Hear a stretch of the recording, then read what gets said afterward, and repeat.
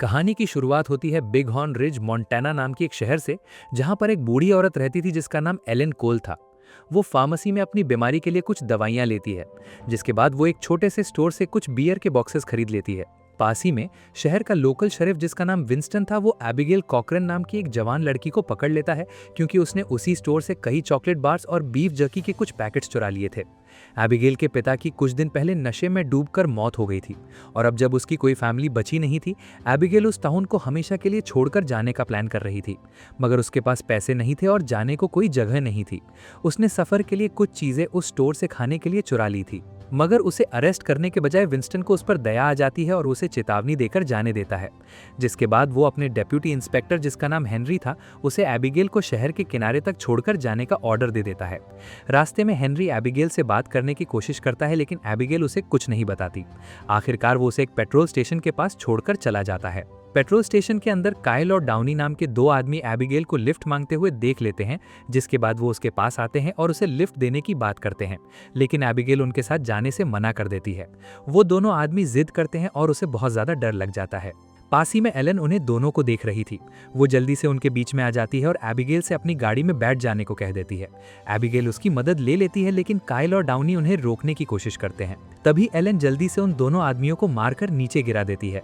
Abigail उस बूढ़ी औरत को लड़ते हुए देखकर बहुत ज्यादा शॉक्ड हो जाती है और उसका शुक्रिया करती है।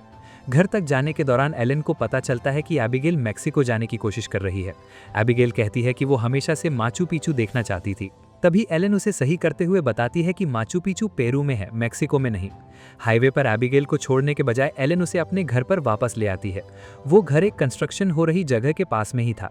एलन को एबिगेल पर तरस आ जाता है और वो उसे बताती है कि एबिगेल को खाना खाकर अच्छी नींद लेने के बाद जाना चाहिए। एबिगेल पहले तो हिचकिचाती है, लेकिन वो आखिरकार उसकी बात मान जाती है। उसी रात डिनर करने के बाद वो दोनों औरतें अपनी अपनी कहानियां बताती हैं। एलन बताती है कि एबिगेल के पिता एलन के पति के गुजर जाने के बाद उसके घर के आसपास हमेशा उसकी मदद किया करते थे। जिसके बाद एबिगेल बताती है कि उसके पिता ने ड्यूक के उस जगह पर एक बांध बनाने के बाद बहुत ज़्यादा पीना शुरू कर दिया था, क्योंकि उसके पिता को नदी बहुत ज़्यादा पसंद थी। और जब वहाँ पर कंस्ट्रक्शन शुरू हुई और उसने सब कुछ बर्बाद कर दिया, तो वो बहुत ज़्यादा टूट गया था। बाद में उसने डैम पर अपना पूरा दुख निकाला और वहीं पर डूब कर मर गया था। इसलिए एबिगेल टाउन से तंग आई थी और वो दुनिया घूमना चाहती थी। एलन धीरे से उसे बताती है कि सफर करना जरूरी है, लेकिन वापस आने के लिए उसके पास एक घर भी होना चाहिए। वो एबिगेल को याद दिलाती है कि एक घर होना हर इंसान के लिए बहुत ज्यादा जरूरी है। और एबिगेल को खुश करने के लिए एलन मजाक करती है कि वो दोनों अब यतीम हो गए हैं। वो दोनों साथ हंसते हैं और एक पल के लिए उनके बीच की सारी उदासी थोड़ी देर के लिए खत्म हो जाती है। अगले दिन रिचर्ड ड्यूक नाम का एक अमीर आदमी एलन के घर पर अपनी लिमोजीन में आता है। वो अपने एक आदमी मिच क्ले के साथ वहां आया था।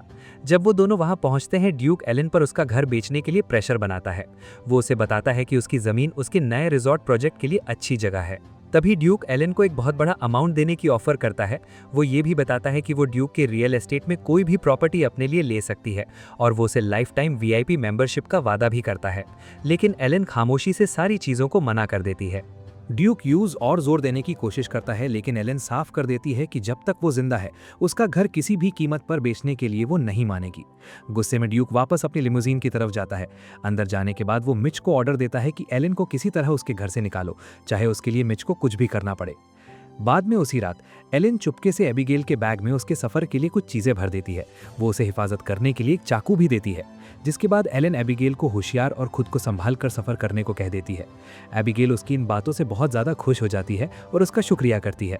लेकिन उसी रात बाद में काइल और डाउनी, जो दोनों ड्यूक के लिए काम करते थे, वो एलन के घर में घुस जाते हैं। उनका इरादा था एलन को बुरी तरह से मारना और फिर उसे एक एक्सीडेंट दिखाकर सब कुछ खत्म कर देने का था। डाउनी चुपके से सीढ़ियों के साथ चलना शुरू कर देता है, लेकिन एलन उसके पानों की आवाज़ सुनकर जाग जाती है। वो चुपके से वहां आकर डाउनी को पकड़ लेती है और उस पर हमला कर देती है। अपनी बुढ़ी उम्र के बावजूद एलन उसे पीट कर नीचे गिरा देती है और अपने ऑक्सीजन टैंक से उसे वहीं पर बेहोश कर देती है। इसी बीच एबिगेल को शोर सुनाई देता है और वो भी जाग जाती है। वो चलते हुए काइल से टकरा जाती है, जिसके बाद काइल उसे पूरे घर में पीछा करना शुरू कर देता है। खुद को बचाने के बीच में एबिगेल गलती से एक बंदूक उठा लेती है और वो काइल को कंधे में गोली मार देती है। काइल बहुत जख्मी हो जाता है और वो वहां से भाग जाता है। एबिगेल बहुत ज्यादा घबरा जाती है और वहीं पर खड़ी रहती है, क्योंकि उसने एक आदमी को गोली मार दी थी। एलन उसके पास आती है और उसे शांत करने की कोशिश करती है। वो उसे कहती है कि कुछ नहीं कहना, क्योंकि वो उसकी सारी गलतियां अपने सर ले लेगी। काइल बाहर जाने के बाद तुरंत मिच को सारी रिपोर्ट बता देता है, मगर मिच बहुत ज्यादा निराश हो जाता है, क्योंकि काइल और डाउनी एक बुढ़ी औरत को भी संभाल नहीं पाए। अगली सुबह पुलिस एलन के घर आ जाती है और उसे अरेस्ट कर लेती है। पुलिस उनके घर में घुसे हुए लोगों पर ध्यान नहीं देती। तभी शेरिफ विंस्टन एलन की गैस स्टेशन पर हुए आदमियों के साथ पहली लड़ाई की बात करता है, जिसके बाद पुलिस एलन के घर में मैरिजुआना के पौधे देख लेती है। तभी एलन समझाते हुए कहती है कि वो सिर्फ अपने इस्तेमाल के लिए है, लेकिन विंस्टन कहता है कि मोंटाना में 4 पौधों से ज़्यादा इलीगल है, इसके लिए उस पर ड्रग्स डिस्ट्रीब्यूट करने के चार्जेस लगाए जा सकते हैं। अब एलन उनको बताती है कि उनके घर में कुछ लोग घुसे थे, मगर इन सब को छोड़कर डेप्यूटी विंस्टन एलन को ही अरेस्ट करके ले जाता है। इसी बीच हेनरी को ये सब कुछ बहुत अजीब लग रहा था, लेकिन वो विंस्टन के ऑर्डर पर एलन को आखिरकार अरेस्ट कर ही लेता है। जब एलन को ले जाया जाता है, एबिगेल अब अकेली उस घर में रह जाती है। कुछ देर के बाद घर में अकेले होने पर एबिगेल बेसमेंट के नीचे एक छुपाए हुए कमरे में चली जाती है। वहां पर अंदर उसे बहुत सारी बंदूकें और कई सारे अलग तरह के पासपोर्ट्स और एलन की मिलिट्री यूनिफॉर्म्स पड़ी हुई मिलती हैं और कई सारी पिक्चर्स भी वहां पर लगी हुई थी। एबिगेल को पता चलता है कि एलन शायद पहले आर्मी में एक सोल्जर थी जिससे सब डरते थे। दूसरी तरफ पुलिस स्टेशन में एक ऑफिसर एलन की बॉडी पर टाइगर टैटू देख लेता है और उसे बहादुर औरत समझता है, जिसके बाद वो अपना टेलर स्विफ्ट का टैटू भी दिखाता है और उसके साथ बातें करता है। पास में ही डाउनी एलन को धमकी देता है उसका घर तोड़ने के बारे में, लेकिन एलन सिर्फ उसकी जख्मी नाक का मजाक उड़ाती है। कुछ देर बाद डाउनी को जेल से छोड़ दिया जाता है, जबकि एलन अभी भी जेल में बंद पड़ी हुई थी। इसी बीच एलन शेरिफ विंस्टन से कहती है कि उसे उसके घर की सुरक्षा करनी होगी। वो कहती है कि ये सब कुछ ड्यूक ने करवाया है, लेकिन विंस्टन उसकी बात पर ध्यान नहीं देता। तभी एलन उस पर ड्यूक के लिए काम करने का इल्जाम लगा देती है और वो उससे आखिरी बार पूछती है कि क्या वो उसकी मदद करेगा या नहीं, और विंस्टन आराम से कहता है कि वो उसकी मदद नहीं करेगा। कुछ ही देर बाद कायल और डाउनी पेट्रोल के डब्बे लेकर गाड़ी में चले जाते हैं। यहाँ पता चलता है कि वो एलन के घर को जलाकर खत्म करने का प्लान बना रहे थे। वापस पुलिस स्टेशन में हेनरी परेशान हो जाता है क्योंकि एलन को सांसों की बीमारी थी, इसलिए वो उसका ऑक्सीजन टैंक उसके पास जेल में ले जाता है, मगर एलन पहले से ही जमीन पर गिरी हुई थी। हेनरी जैसे ही अंदर जाता है उसकी मदद करने के लिए, एलन उसे चकमा दे देती है और उसकी बंदूक लेकर उसे जेल के अंदर बंद करके चली जाती है। बाहर गेट की तरफ जाते हुए एलन एक दूसरे ऑफिसर को उंगली से पकड़ती है, जबकि वहां पर एक दूसरी ऑफिसर उसे टेजर से टेजर करने की कोशिश करते हैं, लेकिन एलन उसी हथियार को उन दोनों ऑफिसर्स के खिलाफ इस्तेमाल करती है और उन्हें वहीं नीचे गिरा देती है। पुलिस स्टेशन से भागने के बाद एलन जल्दी से वापस घर आ जाती है। वहां पर पहुंचकर वो एबिगेल को ट्रक की चाबियां देती है और उसे पुलिस के आने से पहले वहां से जाने को कह देती है, और वो जोर देती है कि वहां से जाना ही उसके लिए ठीक रहेगा, लेकिन एबिगेल उसे अकेला छोड़कर नहीं जाना चाहती थी। कुछ ही देर में पुलिस बाहर आ जाती है और एलन आराम से अपने घर के सामने ही उनका इंतजार कर रही थी। शेरिफ विंस्टन उसे बताता है और उस पर बंदूक तान देता है, लेकिन एलन उसे आसानी से पछाड़ देती है और जमीन पर गिरा देती है। ये देखकर वहां पर खड़े दूसरे सारे ऑफिसर्स हैरान हो जाते हैं। शर्मिंदा होकर विंस्टन अपने आदमियों को बड़ी बंदूकें लाने का ऑर्डर दे देता है। इसी बीच हेनरी उसे शांत करने की कोशिश करता है। वो उसे चेतावनी देता है कि हालात को और भी खराब ना करे, क्योंकि एबिगेल अभी भी घर के अंदर है और वो नहीं चाहता कि उनकी लड़ाई में एबिगेल फंस जाए। कुछ देर बाद हेनरी बिना बंदूक के घर के अंदर चला जाता है। वो एबिगेल को बाहर आने पर मनाने की कोशिश करता है, लेकिन एबिगेल उसके साथ जाने से मना कर देती है, क्योंकि उसे डर लग रहा था कि पुलिस एलन के साथ कुछ कर ना दे उसके जाने के बाद। तभी हेनरी उससे वादा करता है कि वो एक बूढ़ी औरत को कभी नुकसान नहीं पहुंचाएंगे। इसी बीच एबिगेल हेनरी को कुछ चीजें दिखाती है जो उसे मिली थी। वो बताती है कि उसका मानना था कि उसके पिता पागल हो चुके थे, मगर अब उसे यकीन हो गया है कि वो बिल्कुल ठीक थे। वो हेनरी को एक नक्शा दिखाती है जो उन दूसरे घरों से जुड़ा हुआ था जहां पर अजीब चीजें हुई थी। वो समझाती है कि एक घर में आग लग गई थी और पुलिस वालों ने उस पर ज्यादा ध्यान नहीं दिया था। दूसरे घर ने अपने सारे भेड़ बकरियों को एक बीमारी से खो दिया था, मगर वो बीमारी उस जगह में बहुत मुश्किल से किसी को होती है, जिसके बाद उस घर के मालिक ने खुद को मार दिया था। पहले तो हेनरी को लगता है कि ये सब कुछ सिर्फ एक इत्तेफाक है, लेकिन जितना ज्यादा एबिगेल उसे समझाती है, उतना ज्यादा उसे समझ आने लग जाता है कि वहां पर कुछ तो गलत हो रहा है। एबिगेल को हमेशा से लगता था कि हेनरी वही ऑफिसर है जिसने सबसे पहले उसके पिता को दम पर देखा था जब वो डूब गए थे, लेकिन हेनरी समझाता है कि वो सिर्फ पहला ऑफिसर था जो उस जगह पर पहुंचा था, और जिन लोगों ने सच में वो डेड बॉडी देखी थी वो ड्यूक के अपने आदमी थे। तभी एबिगेल और हेनरी को शक होने लग जाता है कि ड्यूक के आदमियों ने एबिगेल के पिता को मारा है। कुछ देर बाद मिच अपने कुछ आदमियों के साथ वहां आता है जिनके पास हथियार भी थे। वो जानता था कि एबिगेल अभी भी अंदर है। तभी शेरिफ विंस्टन उसे बाहर निकालने के लिए थोड़ा सा और टाइम मांगता है। तभी मिच उसे सिर्फ 3 मिनट का समय देता है। विंस्टन हेनरी को रेडियो पर बताता है कि एबिगेल को बाहर निकालने के सिर्फ 3 मिनट हैं, मगर हेनरी मना कर देता है और उससे पूछता है कि ड्यूक के आदमी वहां पर क्या कर रहे हैं। इसी बीच भारी दिल के साथ मिच को आगे बढ़ने का सिग्नल दे देता है। हेनरी को अभी भी यकीन था कि वहां पर कुछ गलत हुआ है, और वो अभी भी सोचता था कि विंस्टन शायद एक अच्छा इंसान है, लेकिन एबिगेल को पूरा यकीन था कि विंस्टन वही इंसान है जिसकी वजह से ये सब कुछ हो रहा है, और उसी ने उन्हें मरने के लिए छोड़ दिया है। इसी बीच बिना किसी चेतावनी के एलन हेनरी को बेहोश कर देती है। वो उसे कमजोरी समझती थी, इसलिए वो एलन और एबिगेल उसे बेसमेंट के नीचे छुपाए हुए कमरे में घसीट कर ले जाते हैं। वो उसे गोलियों से दूर रखने के लिए वहीं पर बांध देते हैं। जिसके बाद उन दोनों की हिफाजत करने के लिए एलन एबिगेल और हेनरी दोनों को उसी कमरे के अंदर लॉक कर देती है। इसी बीच मिच के और आदमी बाहर इकट्ठा हो जाते हैं। वो सारे आदमी कोई मामूली गुंडे नहीं थे, बल्कि वो खतरनाक ट्रेंड किलर्स थे। जैसे ही वो हमला करने की तैयारी करते हैं, एलन अपने सारे घर में जाल लगाना शुरू कर देती है। उसी वक्त पुलिस एलन पर एक बैकग्राउंड चेक करती है। पहले तो उन्हें सिर्फ पता चलता है कि वो 1999 में बिग हॉर्न रिज शहर आई थी। उससे पहले उसकी कोई जानकारी उनको नहीं मिलती। लेकिन जब वो उसका टाइगर टाटू FBI को भेज देते हैं, तभी उनको सच पता चलता है। एलन असल में रशिया की है।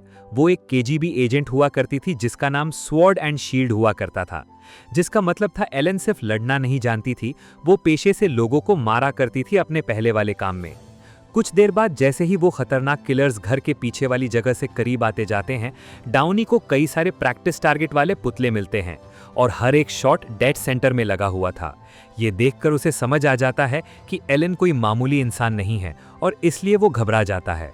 वो सारे आदमी एक प्लान बनाते हैं कि वो गाड़ी सीधे घर के अंदर घुसा देंगे, लेकिन उनके करीब आने से पहले ही एलन उनके टायर पर गोली मार देती है और घर के पीछे खतरनाक किलर्स एक एक करके एलन के जाल में फंसने लग जाते हैं। डर के मारे डाउनी वहां से भाग जाता है और बाकी आदमियों को पीछे छोड़ देता है। वहां पर एक अफरा तफरी मच जाती है जब मिच और उसके आदमी घर पर अंधाधुंध गोलियां चलाना शुरू कर देते हैं। घर के अंदर एलन खुद को बचाने के लिए छुप जाती है और वो चुपके से करीब आ जाती है जब काइल आगे का दरवाजा खोलता है। वहां पर एक और जाल बिछाया गया था जिसके वजह से एक धमाका होता है और वो सारे लोग पीछे घिरे जाते हैं। मगर कुछ आदमी आखिरकार घर में अंदर आने में कामयाब हो जाते हैं, लेकिन एलन अंधेरों में खामोशी से चल रही होती है। इसी बीच एबिगेल बेसमेंट के दरवाजे से बाहर आ जाती है और उस छुपाए हुए कमरे से बाहर निकलने की कोशिश करती है। उन खतरनाक किलर्स में से एक आदमी शोर सुन लेता है और दरवाजा खोलने की कोशिश करने लग जाता है। उसी वक्त एलन उन सारे किलर्स को एक एक करके खतरनाक तरीके से खत्म करती जाती है। वो उनके हथियार ले लेती है और उनके खिलाफ उसे इस्तेमाल करती है। उसका निशान बहुत सटीक था और उसे सिर्फ एक ही गोली चाहिए थी हर एक टारगेट को खत्म करने के लिए। अंदर बेसमेंट में एबिगेल हेनरी को खोलकर आजाद कर देती है। इसी बीच जब एक किलर वहां अंदर घुसकर गोली चलाता है, हेनरी वापस उससे लड़ता है, लेकिन वो किलर उसे काबू में कर लेता है। इसलिए एबिगेल उस आदमी को बास्केटबॉल बैट से मारकर नीचे गिरा देती है। दूसरी तरफ घर के एक और हिस्से में इतनी लड़ाई करने के बाद एलन को सांसें लेने में मुश्किल हो रही थी, इसलिए वो ऑक्सीजन टैंक की तरफ अपना हाथ बढ़ाती है, लेकिन मिच उसे देख लेता है और उस पर गोली चला देता है। एलन जल्दी से छुप जाती है, लेकिन इसी बीच उसे गोली लग जाती है। वो वापस गोली मारती है, लेकिन मिच एक डेड बॉडी को ढाल बनाकर उसकी तरफ करीब आता है। जब एलन की सारी गोलियां खत्म हो जाती हैं, तभी मिच उसकी तरफ आता है और कहता है कि अपने ज़माने में वो एक खतरनाक मशीन रही होगी, पर वो अब उसका मुकाबला नहीं कर सकती। जिसके बाद वो उसे इधर उधर फेंकने लग जाता है और जब वो उसे गोली मारने की तैयारी करता है, तभी ट्रिगर खींचने से पहले वो पूछता है कि क्या उसकी कोई आखिरी ख्वाहिश है। तभी एलन उसे शांति से बताती है कि उसे मारने के लिए उसके सर पर निशान लगाना चाहिए।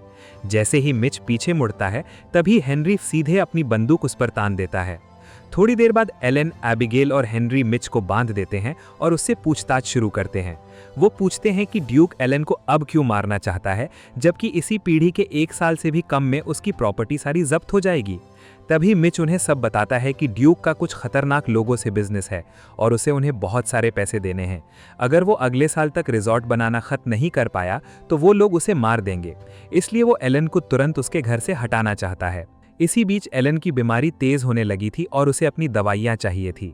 जब एबिगेल उसकी मदद करने की कोशिश करती है, वो गलती से टेबल से एक वाइन खोलने वाली चीज गिरा देती है। मिच चुपके से उसे अपने हाथ में ले लेता है और वहीं पर छुपाते हैं। जब एबिगेल दूसरे कमरे में एलन को ले जाती है उसकी मदद करने के लिए, मिच हेनरी को टॉन्ट मारता है। वो उसे याद दिलाता है कि विंस्टन ने उसे मरने के लिए वहां पर छोड़ दिया है। इसी बीच हेनरी गुस्सा हो जाता है और वो मिच के बहुत करीब आ जाता है। तभी मिच उस छोटी सी चीज से हेनरी को अपने काबू में कर लेता है। जब एबिगेल और एलन वापस उस कमरे में दौड़कर आते हैं तो मिच घर को आग लगा चुका था और हेनरी को उसने बंदी बना लिया था। जैसे ही मिच वहां से भागता है, एलन गुस्से में उस पर गोलियां चलाती है, लेकिन वो बाहर भाग जाता है। बाहर उसके आदमी सारे घर को घेर लेते हैं और वो गोलियां चलाना शुरू करते हैं। वो ये सुरक्षित करना चाहते थे कि घर से कोई भी इंसान बाहर नहीं निकल पाए। घर में आग फैलने लग जाती है। एलन, एबिगेल और हेनरी वापस उसी बेसमेंट के नीचे सीक्रेट रूम में चले जाते हैं। वो अपने साथ कुछ बंदूकें और चीजें लेते हैं और एक छुपी हुई सुराख से वहां से भाग जाते हैं। घर के बाहर मिच और उसके आदमी घर को जलता हुआ देख रहे थे। उन्हें यकीन था कि उन्होंने सबको अंदर फंसा दिया है, लेकिन तीनों पहले ही बाहर निकल चुके थे, घर के जलने से पहले। एलेन वापस दूर से अपने जलते हुए घर को देखती है। उसे बहुत बुरा लगता है जब वो अपने घर को जलते हुए देखती है, जिससे वो बहुत प्यार करती थी। दूसरी तरफ सुबह तक मिच के सारे आदमी उनकी बॉडीज ढूंढने लग जाते हैं घर के जले हुए मलाबे में। लेकिन एलेन, एबिगेल और हेनरी तीनों जंगल में एक जगह जाते हैं जहां पर एक ट्रक एलेन ने छुपाया हुआ था। वो तीनों गाड़ी में बैठकर जाने लगते हैं। तभी एलेन अपने बीते हुए कल के बारे में खुलकर बताने लगती है। वो कहती है कि उसके पास पहले कभी अपना घर नहीं था। जब वो छोटी लड़की थी, केजीबी ने उसे गलियों से उठाया और उसे मारना सिखाया, और बाद में वो अपने पति से मिली और साथ मिलकर उन्होंने एक खूबसूरत जिंदगी बिताई और अपना एक घर बनाया। और अब वो घर जा चुका है, जिसकी वजह से उसका दिल पूरी तरह से टूट चुका है। इसी बीच एलेन जानती थी कि उन्हें सबूत चाहिए अगर वो ड्यूक को गिरफ्तार करना चाहते हैं। तभी एबिगेल को याद आता है कि उसके पिता शायद मरने से पहले कुछ ढूंढ रहे थे और शायद कुछ ढूंढ लिया था। इसलिए वो सब उसके पिता के ट्रेलर पर जाते हैं। वो वहां ढूंढने लग जाते हैं। वहां उन्हें ड्यूक के रियल एस्टेट प्रोजेक्ट की कुछ चीजें मिलती हैं जो उन दूसरे घरों से जुड़े हुए थे, और वहां पर कुछ सबूत मिलते हैं जिन्हें बर्बाद करने की कोशिश की गई थी। इसी बीच ड्यूक के उन रशियन आदमियों का कॉल आता है जिन्हें ड्यूक ने पैसा देना है, और वो उसे बताते हैं कि साइन करने के लिए उसे खुद वहां आना पड़ेगा। जंगल में एबिगेल बहुत ज्यादा उदास हो जाती है क्योंकि उसे सच पता चल गया था। उसे पता चलता है कि उसने पिछले कुछ सालों से अपने पिता से नफरत की थी। वो समझती थी कि वो एक शराबी आदमी था।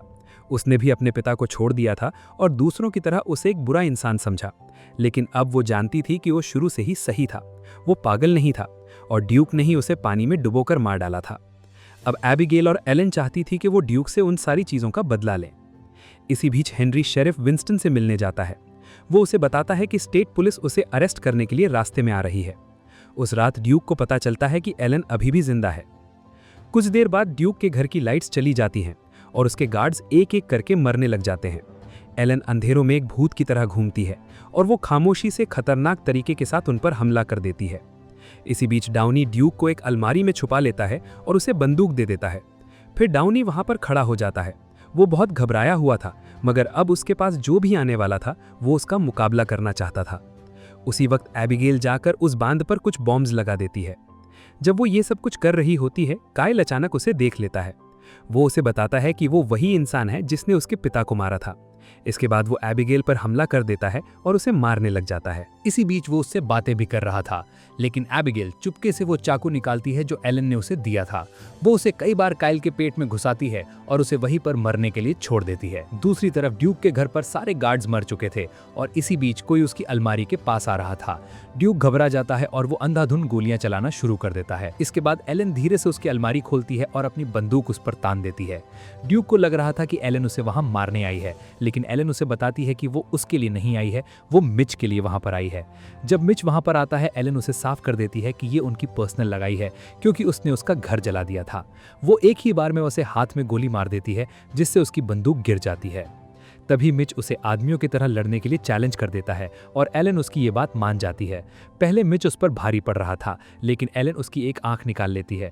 जब वो उसे चाकू मारने की कोशिश करता है, एलन वही हथियार लेकर मुड़ती है और उसके खिलाफ इस्तेमाल करके उसे वहीं मार देती है। बाद में एलन ड्यूक को जंगल में ले जाती है। वो एबिगेल को सिग्नल देती है और एबिगेल बॉम्ब डेटोनेट कर देती है। पूरा डैम वहीं पर बर्बाद हो जाता है।